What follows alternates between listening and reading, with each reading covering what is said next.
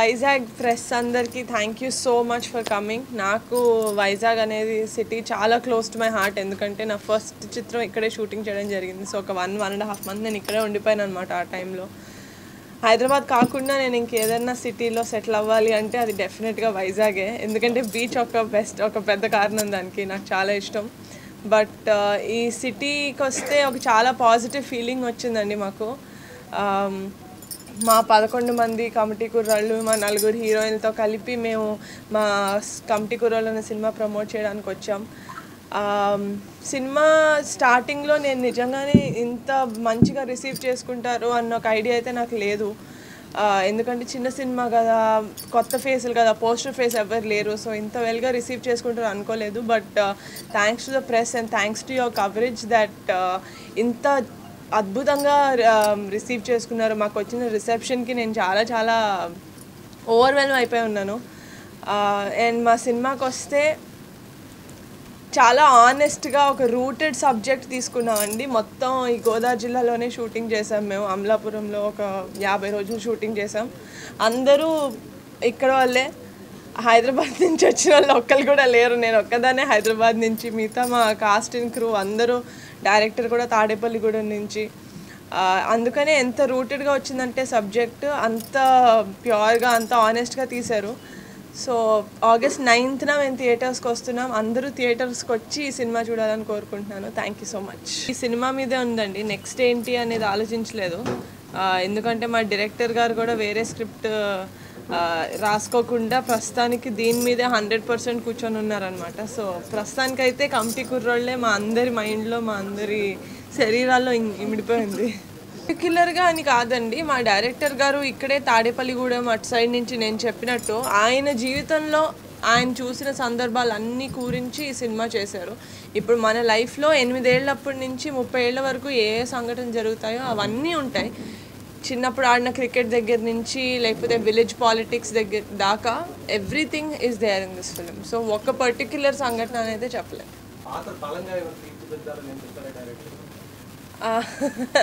లేదండి, నాకు చాలా ఇష్టమైన క్యారెక్టర్ విషిక క్యారెక్టర్. తను కూడా వైజాగ్ అమ్మాయి. తనది ఏంటంటే బాగా ఎడ్యుకేటెడ్ క్యారెక్టర్. ప్రసాద్ బెహ్రా పెద్దోడి వైఫ్ క్యారెక్టర్ చేసింది ఈ సినిమాలో. చాలా అంటే తను ముందు నుంచి యాక్టింగ్ చేస్తున్నది కొన్ని సినిమాల్లో, ఇంకా ఈ ఇన్స్టాగ్రామ్ రీల్స్, యూట్యూబ్లో.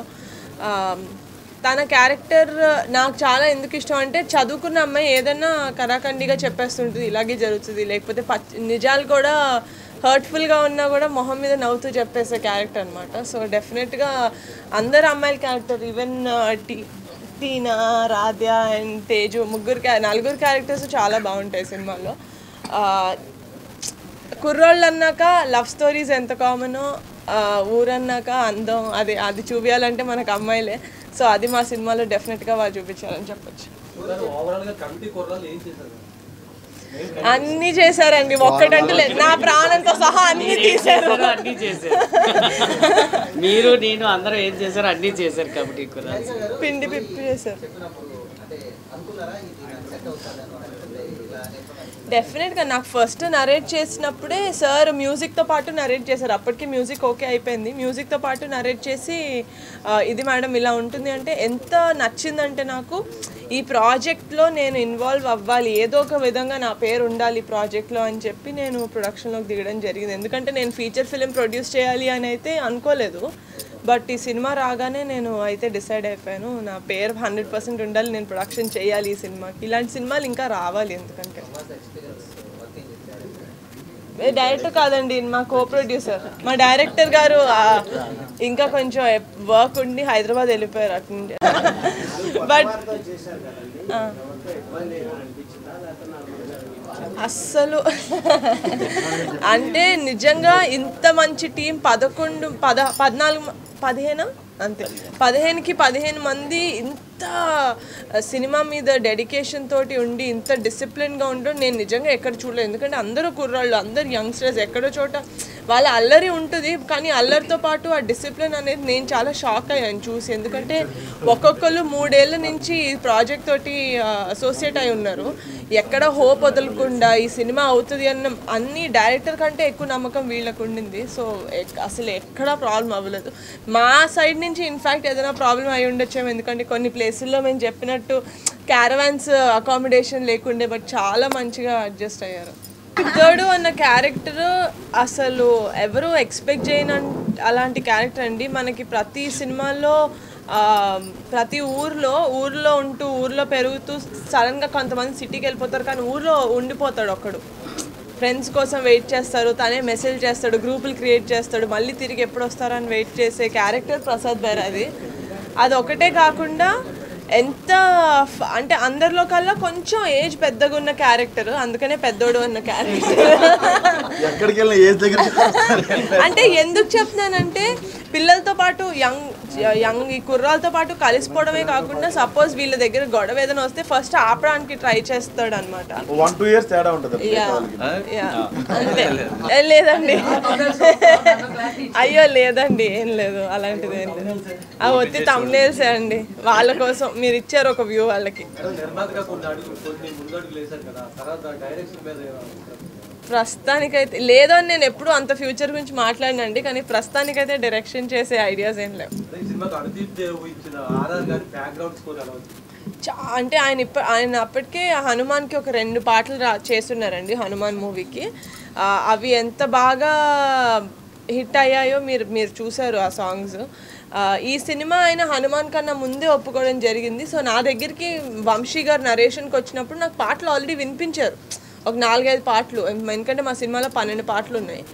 అంటే 11 మంది హీరోలు ఉన్నప్పుడు 12 పాటలు ఉండడం పెద్ద ఆదర్శికం కాదు.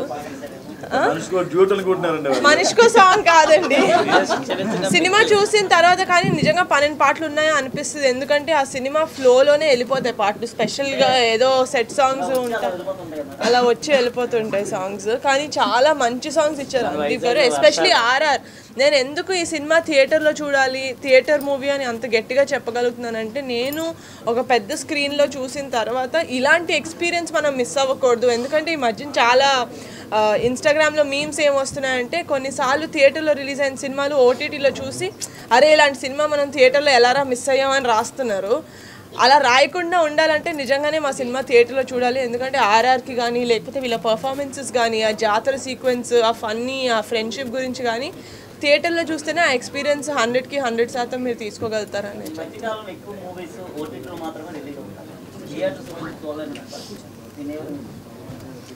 అది డెఫినెట్గా ఎవ్రీ ఫిలింకి అది బడ్జెట్ కన్స్ట్రెయింట్ కావచ్చు, లేకపోతే బయట ఉన్న మనకి కోవిడ్ టైంలో ఎక్కువ స్టార్ట్ అయింది ఈ ఓటీటీలో రిలీజ్ చేయడం. ఎందుకంటే నేను ఎందుకంటే అని చెప్పలేను, నేను ఆల్వేస్ థియేటర్ ఫ్యాన్.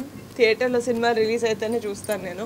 అలానే ఓటీటీలో చూడడం కాదు, కానీ they have their own this thing why to ఎందుకు రిలీజ్ చేస్తారని. బడ్జెట్ కన్స్ట్రెయింట్స్ కావచ్చు, లేకపోతే లాజిస్టికలీ ఏదైనా అదర్ రీజన్ అయి ఉండొచ్చు.